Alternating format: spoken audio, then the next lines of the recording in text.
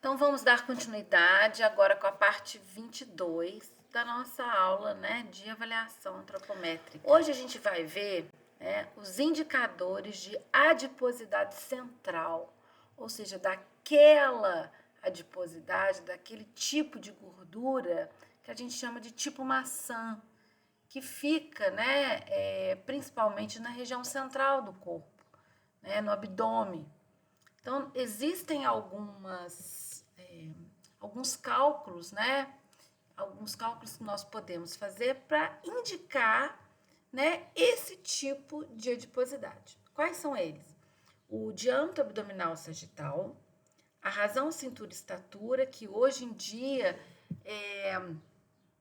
está sendo muito utilizado, E o índice de conicidade. Vamos conhecer, então, esses cálculos. Bem, primeiro, o diâmetro abdominal sagital, tá?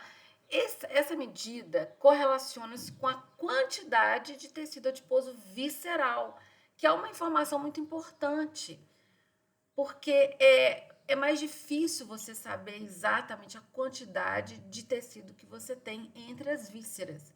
E esse tipo de tecido é o tecido que está mais ligado a doenças crônicas não transmissíveis, tá? Essa medida, do diâmetro abdominal sagital, ela correlaciona-se mais fortemente com esse, então, risco cardiovascular do que outras medidas, mais utilizadas, como a circunferência da cintura e a relação cintura-quadril. Então, ela, em alguns estudos, se mostrou uma melhor preditora dos níveis de colesterol total, dos níveis de triglicérides, níveis de glicose, insulina e pressão arterial, tá? Bem, mas o que é o diâmetro abdominal sagital? É a altura ou a espessura do abdômen. Então, eu vou tentar aferir essa altura ou essa espessura do abdômen. E como eu faço isso? O meu indivíduo, o meu paciente, ele deve estar deitado em posição supina, que é de barriga para cima, com as pernas retas. Tá? No lado onde vai ser aferida a medida, a mão é posicionada sobre o peito e o cotovelo alinhado ao corpo, sendo o outro braço deve estar o quê? Estendido ao longo do tronco. E a medida, a gente realiza ela com o auxílio de um paquímetro. Tá? Bem, por que medir essa altura do abdômen? Porque eles verificaram que nessa posição a gordura ela se projeta no abdômen. Então a gordura ela vai para o abdômen, fica no abdômen, enquanto os tecidos moles, pele, etc., tá? Por causa da gravidade, eles são movidos para os lados do corpo. Então, aquilo que você está pegando, que você está medindo, é realmente o quê? Gordura, tá?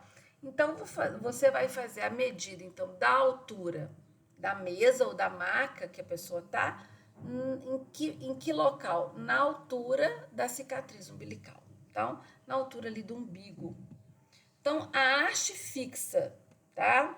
Do calibrador, você posiciona nas costas do paciente e a parte móvel vai colocar o que? Em cima do ponto que é o que? A cicatriz umbilical, mantendo o aparelho na posição vertical. E a medida deve ser aferida no momento de expiração. Então, aqui nós temos, o paquímetro, tá? A gente não consegue ver, mas tem uma parte fixa aqui atrás, tá? E a móvel é essa aqui, ó, que ela mexe, E ela vai estar o quê? Exatamente em cima da cicatriz umbilical. Então, aqui nesse braço, tá vendo? Eu dobro, ponho aqui o cotovelo aqui, põe a mão no peito e o outro braço está o quê? Aqui ao longo do corpo. Com esse valor, de diâmetro abdominal sagital, você pode jogar, nessas tabelas. A gente tem, por exemplo, duas tabelas, dois estudos. O estudo de Carneiro Roriz, que ele dá o ponto de corte, né?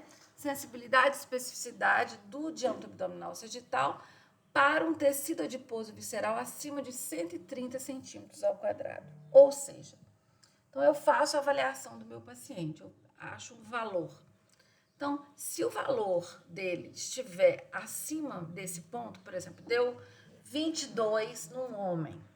Então, aqui para um homem adulto, um homem de 40 anos, por exemplo, né? Ele encaixaria como um homem adulto.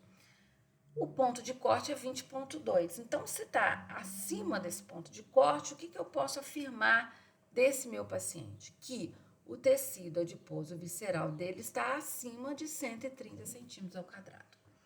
Mas aí você pode me perguntar, o que isso significa, Sandra? Porque nós geralmente medimos, né, e falamos de tecido adiposo em termos de percentual do corpo.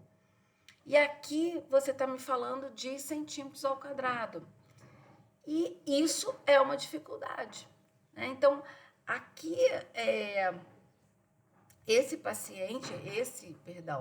esses autores entenderam que 130 centímetros ao quadrado seria, então, uma quantidade de excesso de gordura visceral. Mas eu não consigo saber o quanto que isso significa em percentual, tá? Então, ele só fala isso, ó, o excesso, o ponto de corte do excesso é 20,2, que significa 130 centímetros ao quadrado. Mas ele não me apresenta nenhuma fórmula para transformar isso em percentual de gordura, tá? Que é o que a gente está acostumado. A gente tem também o estudo de Sampaio, 2007, né, e colaboradores, que ele já coloca aqui, ó, que esses pontos de corte que ele achou, tá, são para tecido adiposo visceral acima de 100. Então, nesse estudo dele, ele entendeu que o excesso de gordura abdominal visceral, né, era acima de 100 centímetros ao quadrado, que é diferente do estudo anterior. Então, ainda, gente, existe poucos estudos, então isso não está muito certo. Por isso, né, o diâmetro abdominal sagital não é ainda uma medida muito utilizada na prática clínica, tá? Temos, então, a razão cintura-estatura, né? Se pensou em utilizar esse tipo de razão, esse tipo de índice, né? Porque partindo do pressuposto que para uma determinada altura existe uma quantidade aceitável de gordura na região do tronco, tá? E para isso, né, para a gente achar essa razão, como que a gente faz? A gente pega a circunferência da cintura em centímetros e divide pela estatura em centímetros. Alguns autores utilizam aqui circunferência do abdômen, tá? Isso ainda é complicado, né? O que medida de circunferência abdominal, circunferência da cintura, alguns estudos, alguns autores colocam então como sinônimos e outros colocam como medidas diferentes. Bem, eu consegui achar um valor. E aí? Como que eu interpreto esse valor? Então, existem, gente, estudos pontuais, não existe ainda um estudo muito grande, né? São medidas ainda novas, então a gente não tem muitos dados sobre isso. Então, tem esse estudo de 2005 de Ashwell e Reich, que eles propuseram 0,50 como limite para diagnóstico de excesso de gordura abdominal. Tá? Então, você faz aquela conta, se der acima de 0,50, você tem o quê? Um excesso de gordura abdominal. Pitang e Lessa, que é um estudo brasileiro, 2006, eles também propõem esse 0,50. Né? Só que como é que eles colocam? Né? Eles colocam que a circunferência da cintura do indivíduo não deve ser superior à metade da sua estatura, que é mais ou menos falar que o valor é 0,50. E a Diretriz Brasileira de Obesidade de 2016, ele já institui, então, a utilização da razão cintura-estatura, né? Falando algo muito semelhante a Pitang e Lessa, né? Mantenha a sua estatura menos da metade da sua, Mantenha a sua cintura menos da metade da sua estatura. Ou seja, a razão cintura e estatura tem que estar menor que 0,50. Tá? Valores superiores indicam que um maior risco de doenças cardiovasculares, maior risco de diabetes tipo 2 e maior risco de mortalidade por todas as causas. Seria, então, uma classificação para essa pessoa que tem valores acima de 0,50. Bem, as limitações da utilização da razão cintura-estatura na prática clínica, uma vez que a gente não tem pontos de corte específico para cada grupo etário, né, e de sexo. Então, ainda temos poucos estudos relacionados a isso. E o último índice que nós vamos tratar hoje, né, um índice que mostra, então, essa gordura abdominal, né, é o índice de conicidade. Então, observe esse menino.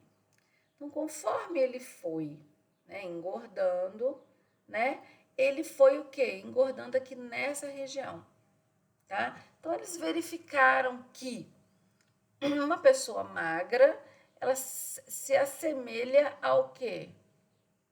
Ao cilindro, ó. Ao cilindro. Ele assemelha a um cilindro. E uma pessoa que tem gordura nessa região abdominal, ela se assemelha ao quê? A um duplo cone, ó. Tá? Então, partindo desse pressuposto, alguns autores propuseram, então, esse índice de conicidade. Tá? Então, como eu falei, maior concentração de gordura na região central, formato parecido com o duplo cone, e menor quantidade de gordura na região central, formato parecido com o cilindro. Bem, esse índice de conicidade é mais uma opção antropométrica para oferecer informação sobre a distribuição de gordura corporal, tá? Mostrando ser um bom indicador da obesidade central. Então, quanto maior, né, o valor, maior vai ser, então, a quantidade de gordura nessa região central, tá? Em relação ao IMC, né, o índice de conicidade, ele permite comparações imediatas do padrão de distribuição de gordura corporal em indivíduos com diferentes medidas de peso e estatura. Então, você tem, por exemplo, uma pessoa com IMC de 35, tá? Você não pode afirmar com certeza que essa pessoa é obesa, tá? Mesmo que a classificação, né, da OMS dê como obeso, pode ser que esse paciente tenha o quê? Uma quantidade de músculo muito grande. Mas isso não acontece utilizando o índice de conicidade.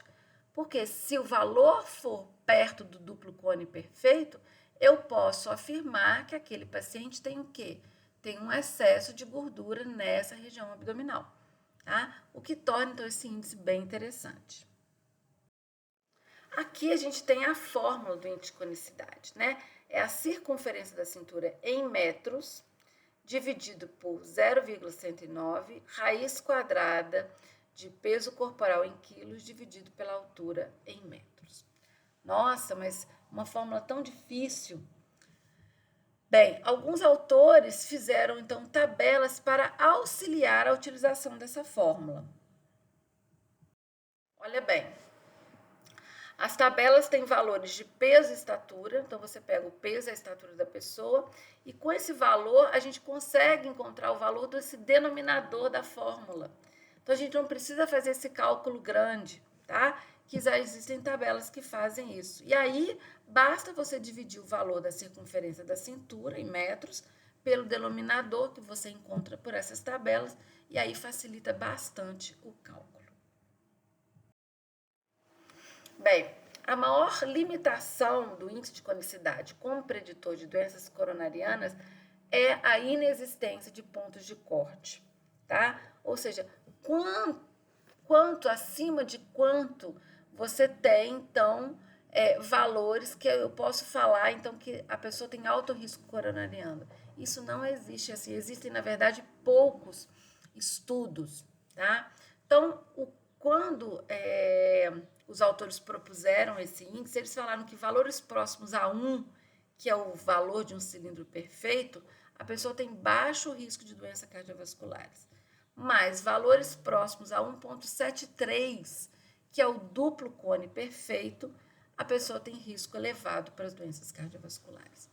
O problema é o que é próximo, né? Porque 1 e 1,7 está bem próximo. Então, qual é o valor? Qual é o ponto de corte que diferencia?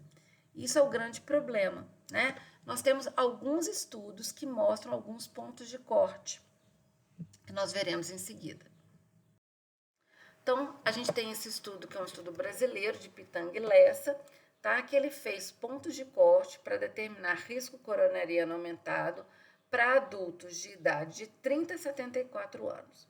Ele usou, né, o ponto médio entre a última costela e a crista ilíaca.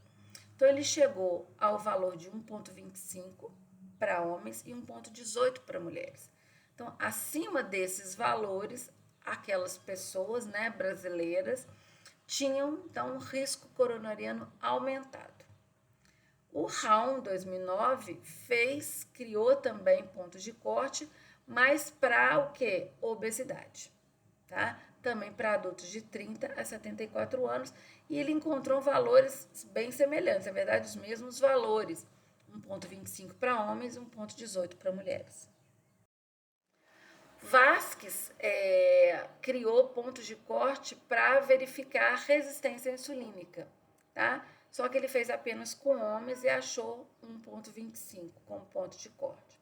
E o último estudo que nós encontramos foi um estudo de Silva, um estudo brasileiro, que criou pontos de corte para determinação da presença de hipertensão em adultos, tá? Ele também achou o valor de 1,18 para homens, né, de ponto de corte, 1,15 para mulheres. Então, nós ficamos por aqui.